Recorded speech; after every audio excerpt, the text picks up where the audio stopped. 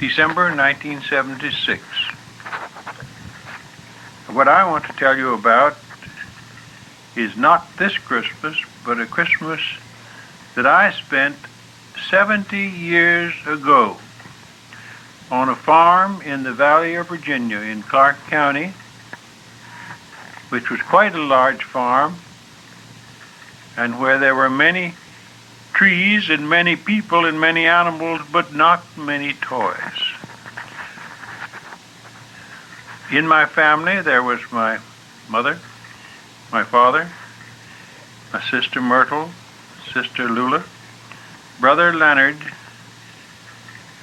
and Miss Hattie, who was our nurse, or what you might call nanny.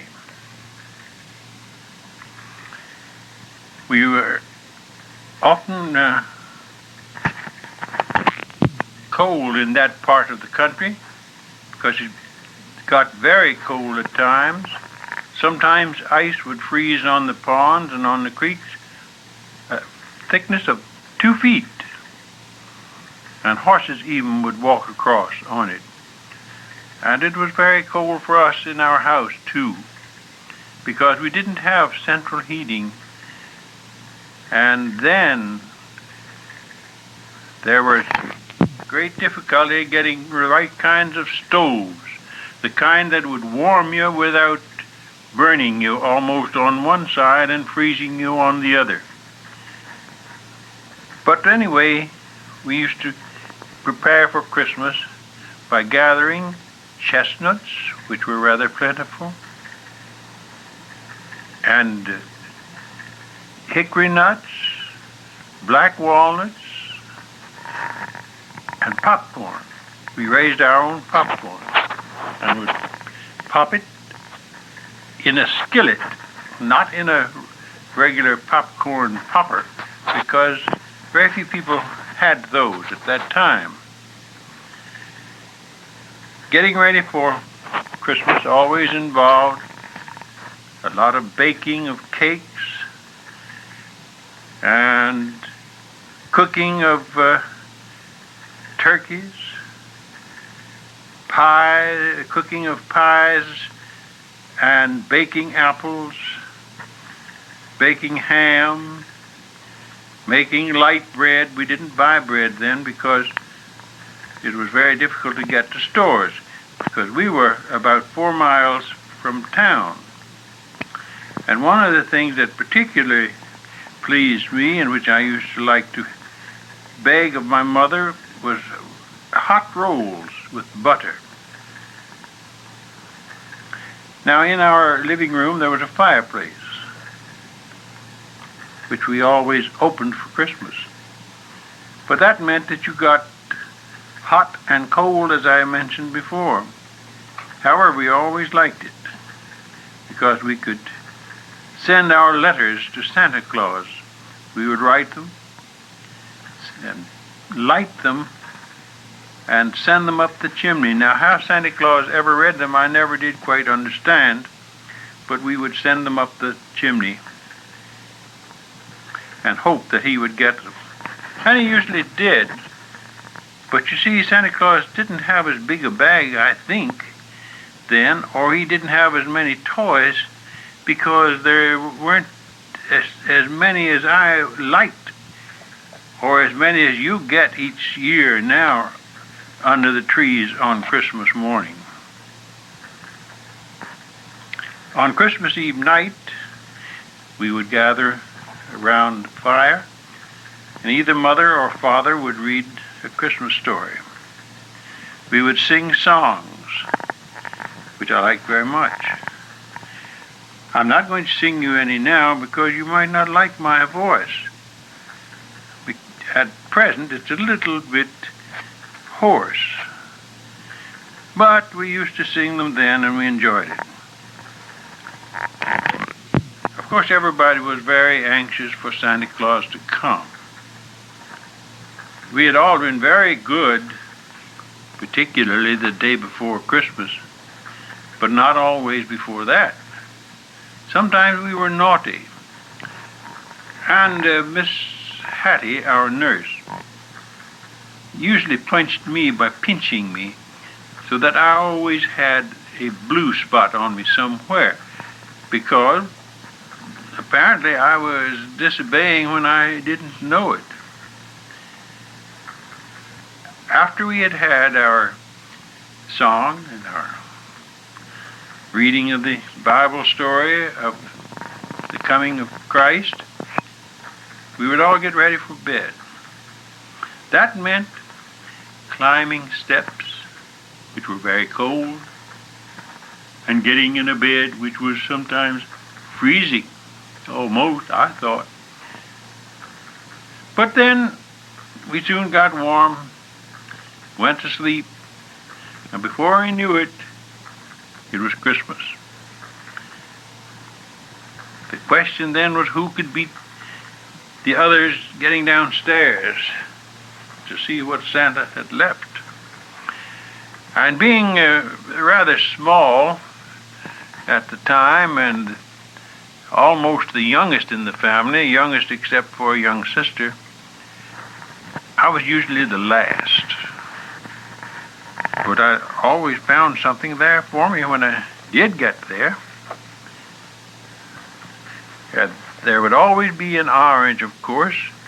Now, oranges were not as plentiful then as they are now, and we didn't have them as often. Of course, we had, on the farm, we had apples and everything that you want to eat almost, and particularly when we would pop the corn, crack the walnuts, and crack the hickory nuts, and all of the things of that sort would make us feel a little bit less neglected by fortune. On the Christmas day that I have been talking about, I think I got a small train, but of course it had no way of running itself. There was no spring and nothing of that sort to make it run, so I had to pull it with a string. I got a marble, a large marble that was colored, and which I had seen in a store window and wanted so much. I wondered how Santa Claus found out I wanted it. Of course, I do know now that he could see a long way. But that was very nice, I thought. Now, other than fruit and candy and a mouth harp, I don't remember anything else that I got that Christmas, but I'm sure I did get something, but not as much, you may be sure, as children get today. And I didn't feel that I was really mistreated because nobody else was getting it. So I tried, first of all, to play my mouth harp. But I never have succeeded in doing very well in that. This just doesn't seem to be something that I can do. I did like to play with my train. I didn't have to have a sled because the man who worked for my father had made one for me. And since there was a big snow on the ground, big snows used to come quite frequently, and we had lots of hills for coasting. It was not long before I had gotten out on a hill and was coasting on my sled. I had forgotten my mouth harp and I had forgotten everything else because of the snow, and I wanted to take advantage of it. Now, on a farm, you know that there are lots of animals, and I was particularly fond of watching the sheep and the lambs play. And the thing that I did, first of all, was to start coasting down a hill. Now, you can have quite a good time, but you always remember you have to walk back up, and you have to pull your sled. You had to. But I still liked it, and I went back up the hill often. I came down often, and I got quite cold. I would run to the house, get warm, and have dinner. Now that was really something. It was something that I always enjoyed. We had turkey. We had boiled ham. We had applesauce, apple butter. We had sweet potatoes. We had many things, many vegetables that were quite tasty and an abundance of them. Now the other thing that we had usually was a lot of company who would come in on Christmas Day. And as they usually came before dinner, they were always invited to stay. Now dinner was at the middle of the day because when people came, they didn't come in automobiles. They either walked across the fields or they came in buggies drawn by horses. They would have to unhook the horses from the buggy, put them in the stable, feed them, and then they would come to the house and be ready for a good dinner. Puddings were not particularly plentiful. People didn't make those as much in my country as they do perhaps in England or in other places, but we did have lots of pies. And we had a great many baked apples. We had things of that sort in abundance. But we never thought we had enough of anything, of course, that was that are now so plentiful. Ice cream particularly was hard to make. You had to turn the handle of an ice cream maker and out would come the ice cream eventually, but somebody had to keep turning. And people didn't like it, especially young ones like me, didn't like to do that too much. They wanted to eat it without working for it, but we still had to work for it. Now, after we had eaten, we would sit around the fire and pop popcorn. And we would have a roast marshmallows. We would have that to engage us for a while. Before very long, we would be back outdoors playing again, and we would have company for several days when they came like that, so we didn't hurry about playing all that everybody wanted to play. Now, sometimes my cousins would come, and I had several cousins who lived quite nearby. We would get together and we would play. We would go at night, ordinarily, we would go to the church for the big Christmas tree. But sometimes the snow would be so deep that a horse couldn't get through.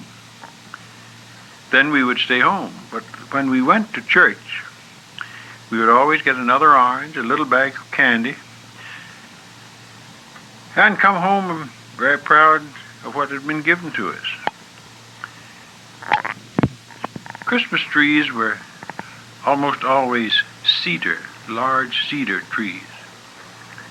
And I remember particularly that the one in the church was a big, full-size tree with many candles on it. Now, the candles were wax candles. They were not electric. Consequently, the tree would frequently catch on fire, and everybody would wonder, is the tree going to burn? Is the church going to burn? But it never did. They always put out the fire. They seemed to know how to do it. Then we would have a program. Everybody would have a little piece to say. We would sing little songs, particularly for the children's songs. When we got ready to go home, I would generally be asleep because it had been a tiring day. So that was usually the way we spent Christmas. Now, it doesn't sound too exciting, but it was quite interesting at the time. I'm going to wish you the merriest of Christmases. Even if you don't have snow, we've had some snow here. We may have more. We had early snow this year, and the prediction is that we'll have much more. So I may have as much snow as I used to have, but I very much doubt it.